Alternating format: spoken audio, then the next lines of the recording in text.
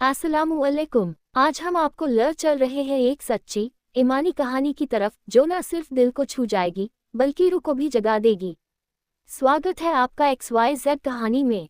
अस्त के बाद का वक्त था और आसमान पर हल्के हल्के बादल छाए हुए थे। इस वक्त मौसम बदल रहा था और आती हुई गर्मियों ने मौसम को कदरे गर्म कर दिया था। हल्की हल्की हवा के साथ एक खुशगवार एहसास हो रहा था।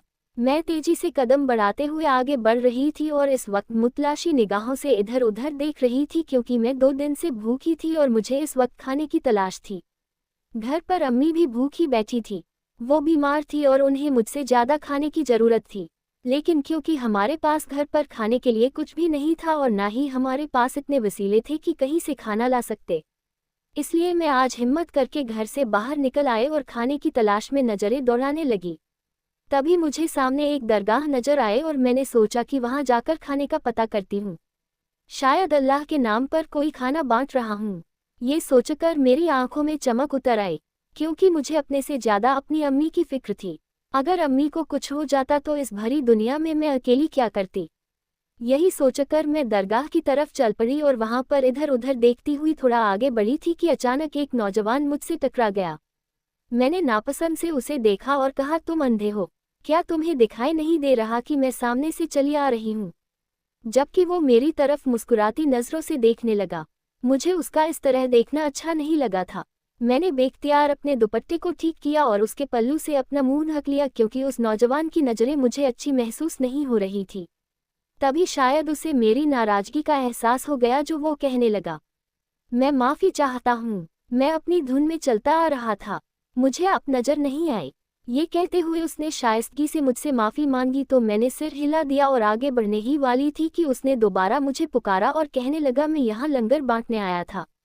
ये लंगर का खाना है, क्या आप लेंगी? उसने मेरी तरफ 2 डिब्बे बढ़ाए जिन्हें मैंने झिझकते हुए थाम लिया, क्योंकि असल मकसद तो मेरा इस दरगाह पर आने का यही था कि मुझे लंगर का खाना चाहिए था और मैं चाहती थी कि अपने और अम्मी के लिए खाना ले जाऊं। अब जब मेरी उम्मीद पूरी हो गई थी तो बेसाख्ता मैंने उसका शुक्रिया अदा किया और वह डिब्बे थामकर फौरन दरगाह से निकल आई। अल्लाह का शुक्र है कि जल्द ही मेरी मुराद पूरी हो गई थी और मुझे खाने के लिए ज़्यादा मशक्क़त नहीं करनी पड़ी थी। मैं तेज तेज कदम बढ़ाती हुई वापस घर की तरफ जा रही थी, जब अचानक मुझे यूं महसूस हुआ जैसे कोई मेरे साथ चल रहा हो। मैंने बेख्तियार अपने दाईं तरफ देखा तो ये देखकर मेरा दिल एकदम परेशान हो गया कि वही नौजवान आदमी जो मुझे दरगाह में मिला था और जिसने मुझे लंगर का खाना दिया था मेरे साथ चल रहा था। उसे देखकर मैं डर गई थी और उसे कहा, तुम मेरे साथ क्यों आ रहे हो? आखिर क्या वजह है? मैंने नापसंद से जब उसे कहा तो वो बोला, देखो अपना दुपट्टा ठीक करके जाओ और हमेशा नकाब में घर से निकला करो। इस तरह जब निकलती हो तो बहुत सारे लोग अपना रास्ता भूल जाते हैं और तुम्हारे हुस्न की गलियों में खो जाते हैं। उसकी बात सुनकर मेरे माथे पर पसीने के खतरे आने लगे। मैंने बेख्तियार अपने दुपट्टे को अच्छी तरह ठीक किया और जल्दी जल्दी कदम बढ़ाने लगी। तभी उसने मुझसे कहा, तुम्हारा नाम क्या है? मैं तेजी से बोली, मैं तुम्हें क्यों बताऊं? ये कहकर मैं आगे बढ़ गई, जबकि वो लड़का शायद कहीं पीछे रह गया था। मैंने थोड़ा आगे जाकर मुड़कर देखा तो वह मुझे कहीं नजर नहीं आया। मैंने शुक्र का एक सांस लिया, वरना मुझे इस बात का डर था कि कहीं वह मेरा पीछा करते करते घर तक न आ जाए। मैं घर पहुंची तो अम्मी भूख से निढाल बैठी थी। उनकी तबीयत भी ठीक नहीं थी। जल्दी से उस डिब्बे से खाना निकालकर उन्हें दिया। खाना गर्म था। अम्मी जल्दी जल्दी खाने लगी और बेसाख्ता शुक्र अदा करके कहने लगी, खुदा का शुक्र है आज 2 दिन के बाद खाना नसीब हुआ। तुम कहाँ से लेकर आए? अम्मी के पूछने पर मैंने उन्हें दरगाह के बारे में बता दिया, जिसे सुनकर वो कहने लगी, अल्लाह ने हम गरीबों के लिए शायद इसीलिए ये दरगाह बनाए हैं कि हमें वहाँ से खाना मिल सके। अम्मी ने बेसाख्ता शुक्र अदा करते हुए सारा खाना खा लिया। मैंने भी खाना खाकर डिब्बे एक तरफ रख दिए और तभी उस नौजवान का ख्याल मेरे जहन में आने लगा। ना जाने वो कौन था, उसकी आंखें कितनी गहरी थी, कद भी कितना ऊंचा था और किस तरह वो मुझे मुस्कुरा कर देख रहा था। आज तक इतना खूबसूरत आदमी मैंने नहीं देखा। फिर वो कहाँ से आया था और क्या चाहता था? उसे मेरे पीछे नहीं आना चाहिए था। मैंने बेख्तियार सोचा और सोने के लिए लेट गई। अगले दिन फिर से मैं दरबार की तरफ ही चली आई थी क्योंकि मैं जानती थी कि इसके अलावा मुझे और खाना कहीं से भी नहीं मिलेगा। घर पर तो कुछ भी नहीं था और जब तक अम्मा की तबीयत ठीक नहीं हो जाती वो काम पर भी नहीं जा सकती थी। इसीलिए मैं अपने आप को अच्छी तरह ढकती हुई दरबार पर आई और खाने की तलाश में इधर उधर देखने लगी। तभी दोबारा से वो नौजवान मेरे करीब आया और कहने लगा, क्या बात है, तुम इधर उधर क्या ढूंढ रही हो? जबकि उसे देखकर मैं कुछ कंफ्यूज सी हो गई थी, क्योंकि मुझे उम्मीद नहीं थी कि वो आज भी यहाँ पर होगा। तभी घबराते हुए मैंने उसे कहा, मैं यहाँ पर खाने की तलाश में आई हूँ। मैं और अम्मा भूखे हैं और हमारे पास खाने को कुछ भी नहीं है। मैंने आहिस्ता से कहा तो वो मुस्कुरा कर बोला, अरे बस इतनी सी बात है, चलो आओ, मैं तुम्हारे खाने का बंदोबस्त करता हूँ। ये कहकर वो आगे बढ़ने लगा और मैं सोच विचार में गुम उसके पीछे चलने लगी। दरबार में थोड़ा आगे जाकर उसने कहा, तुम यहाँ रुको, मैं खाना लेकर आता हूँ। और ना जाने वो कहाँ गायब हो गया। कुछ देर के बाद जब वो वापस आया तो उसके हाथ में खाने के कुछ पैकेट थे जो उसने मुझे थमा दिए। मैंने बेख्तियार शुक्र भरे अंदाज में उसे देखा और कहा, तुम्हारा बहुत शुक्रिया, तुम्हारी वजह से खाना नसीब हुआ, मेरी अम्मा बहुत खुश हो जाएंगी। मैंने शुक्रिया अदा करते हुए वापसी के लिए कदम बढ़ाए। तभी वह कहने लगा, मुझे तुम्हारे काम आकर बहुत खुशी हुई है और तुम अपने आप को अकेला मत समझो। तुम्हें किसी भी चीज़ की ज़रूरत हो तो मुझे बताना। उसके इस तरह कहने पर मैंने बेख्तियार पलट कर देखा तो उसकी आंखों से निकलने वाली तेज रोशनी मुझे बहुत अजीब महसूस हुई। उसका चेहरा मुस्कुराता हुआ था, लेकिन उस वक्त मैं कुछ पलों से ज़्यादा उसकी तरफ देख नहीं पाए और तेजी से कदम उठाती हुई घर की राह पर चल पड़ी। आज के खाने का बंदोबस्त भी हो चुका था और मैं इसलिए खुश थी कि अम्मा पेट भरकर खाना खा लेंगी और जल्द ठीक हो जाएंगी, क्योंकि इस तरह तो उन पर दवा भी असर नहीं करेगी। सारा दिन इसी तरह गुजर गया जब शाम को मगरिब के वक्त अचानक मेरे घर का दरवाज़ा बहुत जोर से खटखटाया गया। मैं घबरा कर उठी, क्योंकि आज तक हमारे घर में कोई आया ही नहीं था। मोहल्ले वाले हमें गरीब समझकर हमारे घर आते नहीं थे, हमसे कोई ताल्लुक नहीं रखते थे। इसी उलझन में मैं एकदम घबरा कर उठी और दरवाज़ा खोला तो जैसे मेरे कदमों तले से ज़मीन निकल गई। सामने वही लड़का खड़ा था जो मुझे दरबार पर मिला था और उसके हाथ में काफ़ी सामान पकड़ा हुआ था। यूं उसे देखकर मैंने कहा, तुम यहाँ पर क्यों आए हो? जबकि मेरी हैरत को नज़रअंदाज करता हुआ वो कहने लगा, अब जब मैं यहाँ पर आया हूँ तो दरअसल मैंने सोचा कि तुम्हें कुछ राशन का सामान दे आता हूँ। तुम रोज रोज दरबार जाती हो तो मुझे अच्छा नहीं लगता, तुम्हें लोग देखते हैं तो मैं ये मुनासिब नहीं समझता। उसकी बात सुनकर मैंने एकदम खौफजदा होते हुए उसे देखा और कहा, आखिर तुम मेरे क्या लगते हो जो इस तरह की बातें कर रहे हो, और हमें सामान की कोई ज़रूरत नहीं है, तुम यहाँ से चले जाओ। इतनी देर में अम्मा ने भी मेरी आवाज़ सुन ली और वह दरवाजे तक आ गई और पूछने लगी, क्या बात है, तुम ऐसे क्यों चिल्ला रही हो?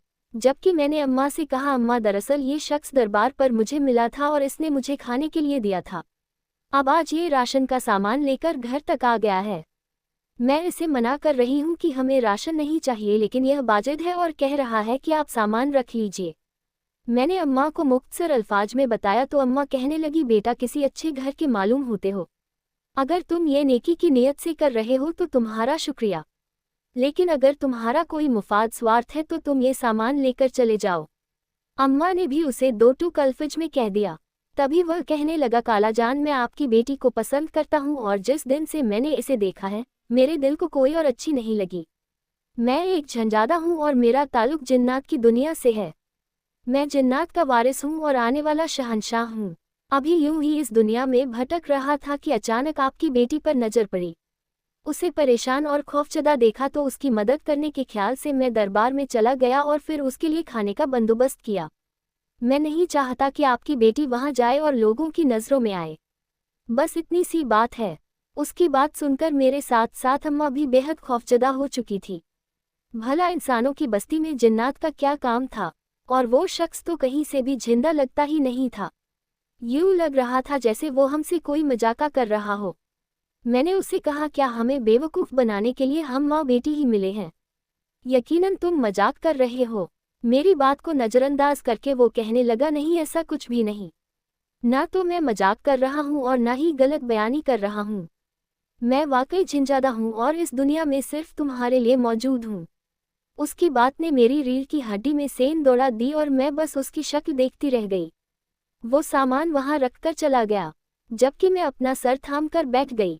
अम्मा कहने लगी, लड़का तो अच्छा लग रहा है, लेकिन अगर वाकई वो जिंदा हुआ तो हम क्या करेंगे? अम्मा ने भी अपने डर का इजहार किया और मैं तो पहले ही परेशान थी, ना जाने क्यों। मुझे लग रहा था कि शायद अब मेरी जिंदगी किसी आजमाइश से दो चार होने वाली है। वो झंझादे का लाया हुआ सामान हमारे घर में पड़ा हुआ था और मेरी हिम्मत नहीं हो रही थी कि मैं उसे इस्तेमाल कर सकूं। लेकिन फिर भी अम्मा के कहने पर मैंने उसमें से खाना बनाना शुरू कर दिया। अब अम्मा क्योंकि अभी ठीक नहीं थी, इसलिए उनकी जगह मैंने काम पर जाना शुरू कर दिया। एक दिन जब मैं थके हुए अंदाज में काम से वापस आ रही थी तो अचानक रास्ते में एक बुजुर्ग नजर आए। वो भीख मांग रहे थे।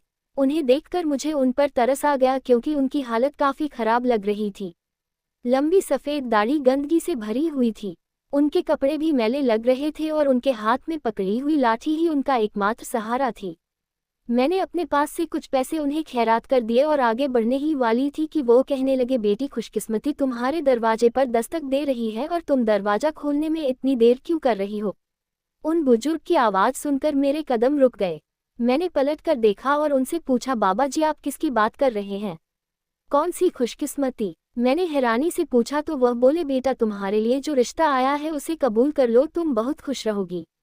उन बाबा जी की बात सुनकर मैं डर के मारे कांप गई और पूछा, बाबा जी आपको ये सब कैसे मालूम? और फिर वैसे भी वो लड़का एक जिनजादा है, आपको तो पता होगा। मेरे कहने पर वो बोले, बेटी मैं जानता हूँ कि वो जिनजादा है, लेकिन वो तुमसे मोहब्बत करता है और वैसे भी उसे तुम्हारी ज़रूरत है। वो शाह जिन्नात बनने वाला है और जब तक वो तुमसे निकाह नहीं करेगा तब तक वो शाह जिन्नात नहीं बन सकता, क्योंकि जिन्नात के रिवाज के मुताबिक उसे किसी आदती से शादी करनी होगी और फिर ही वह शाह जहाद बनने के काबिल होगा। इसीलिए अगर तुम उससे शादी कर लेती हो तो तुम्हारे दिन भी बदल जाएंगे और यकीनन तुम अच्छे हालात में रहोगी। उन बाबा जी की बात सुनकर मैंने हैरानी से उन्हें देखा और पूछा, बाबा जी आपको ये सब कैसे मालूम? आखिर आप हैं कौन? मेरे पूछने पर वो एक रहस्यमयी मुस्कान के साथ बोले, बेटी मैं उस लड़के का बाप हूँ और अभी मैं शाह जिन्नात हूँ। मैंने भी एक इंसानी लड़की से शादी की थी। उसके बाद ही मैं इस काबिल हुआ था कि शाह जिन्नात बन सकूं। अब मेरे बाद मेरा बेटा शाह जिन्नात बनेगा और उसे भी तुम्हारी ज़रूरत है। तुम उसकी मदद करोगी ना? उसके बदले में वह तुम्हें बहुत कुछ देगा। उस फकीर की बात सुनकर मैं खौफजदा हो गई थी और बेइख्तियार वहां से भागने लगी। भागते हुए मैं घर पहुंची तो मेरी सांस फूल चुकी थी।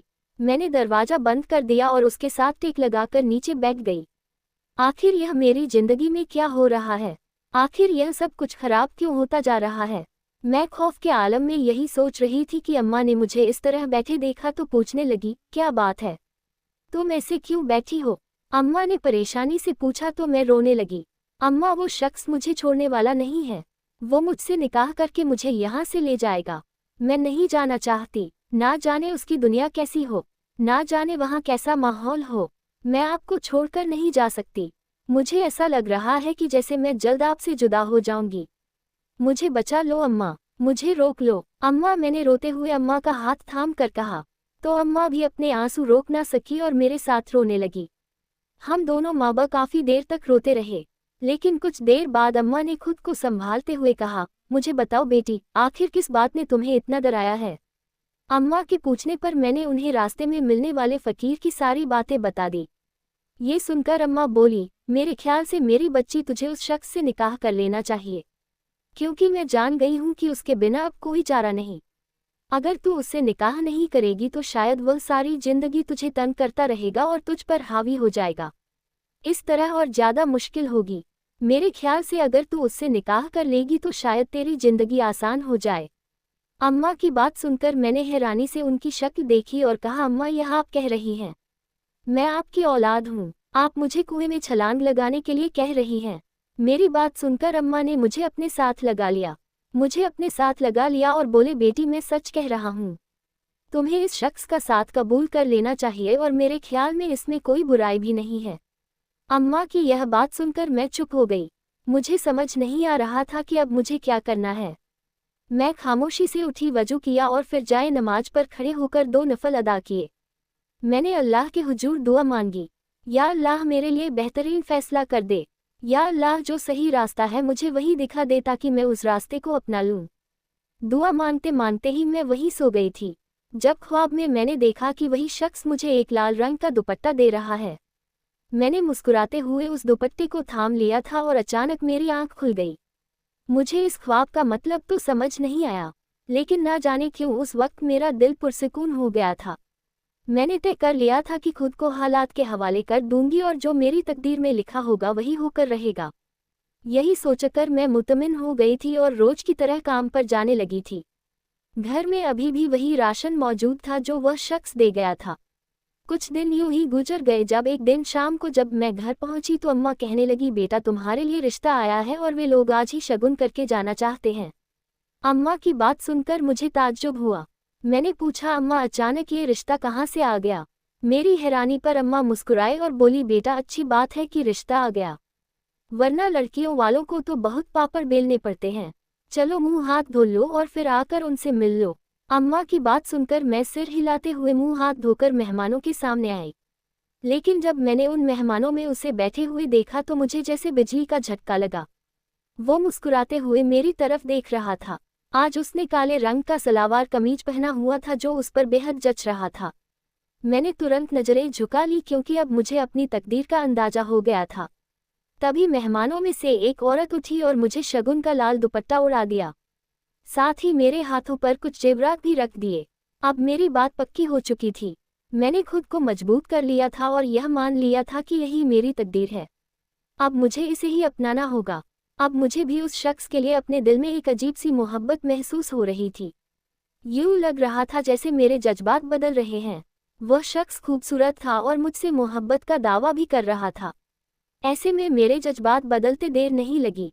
आज तक किसी ने मुझसे इतनी मोहब्बत नहीं की थी। शायद इसलिए उसकी मोहब्बत मेरे दिल में घर करने लगी थी। अब मुझे यकीन हो गया था कि हमारा मिलन कोई नहीं रोक सकता। मेरी शादी का दिन, उसके घर से मेरे लिए शगुन की कई चीजें आई थी।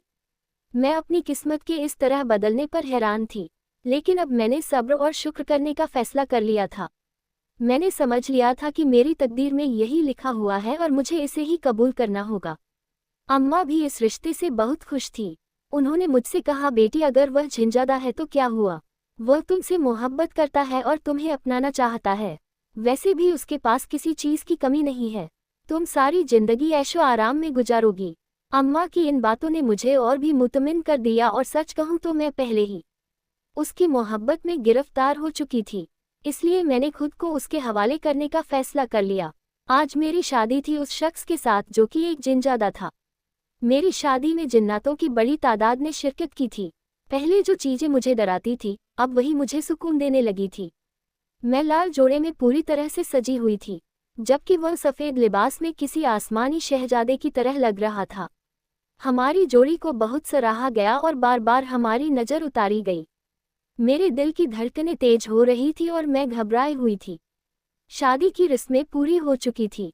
तभी उस शख्स ने मेरा हाथ थामा और कहा, मैं सारी जिंदगी तुम्हारा वफादार रहूंगा और तुमसे मोहब्बत करता रहूंगा। उसकी इस बात ने मुझे शर्मा दिया। दूर कहीं मेरे दिल में एक अजीब सा इत्मीनान पसरता चला गया कि अब जिंदगी मुझ पर मेहरबान है। अब ना तो मुझे लोगों के घरों में काम करने की जरूरत थी और ना ही 2 वक्त के खाने के लिए भटकने की। अब मैं जिंदगी में बहुत खुश थी। प्यारे